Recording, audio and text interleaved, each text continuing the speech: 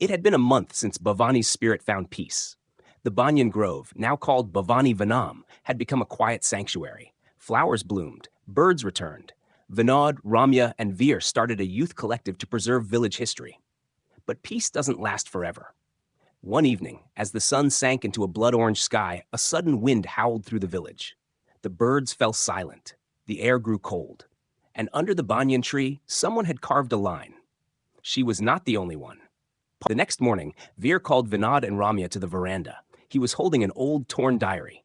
This belonged to the temple priest, Pandit Ravi. He vanished in 1970.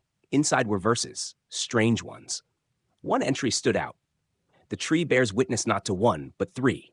They were buried, but not free. Ramya looked uneasy. Bhavani wasn't alone?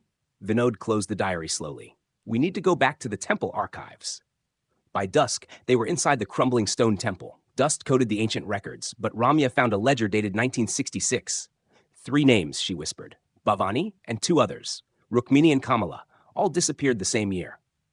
Outside, the bells rang by themselves. Suddenly, a sound echoed, a low chant, followed by weeping. The air grew heavy.